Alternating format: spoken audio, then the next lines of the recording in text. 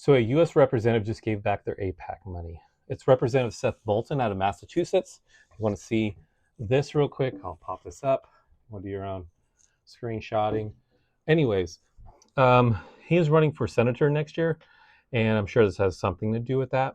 But it's good either way.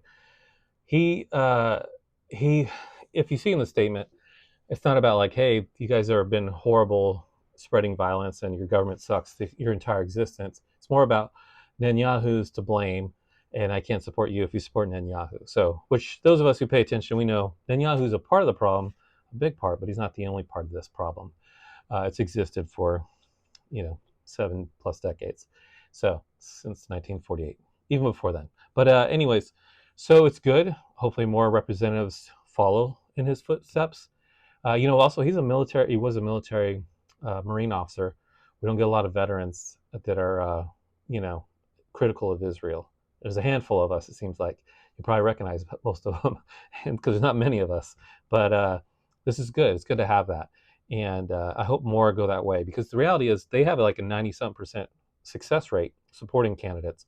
We're going to start changing that over time, assuming we still have democracy. We'll see how this goes after the No Kings protest Saturday. But if we do have a democracy still, we got to slowly make changes, right? And by having more people walk away from that, because maybe it's just because they're irritated by all the questions, like Harris is irritated.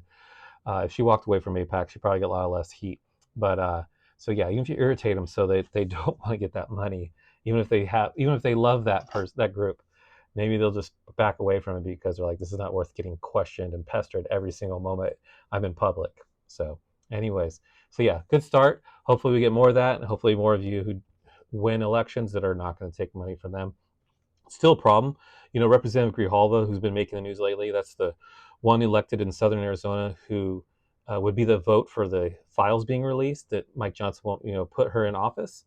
I mean, first of all, she's a Nepo baby. Her dad was the last representative who died.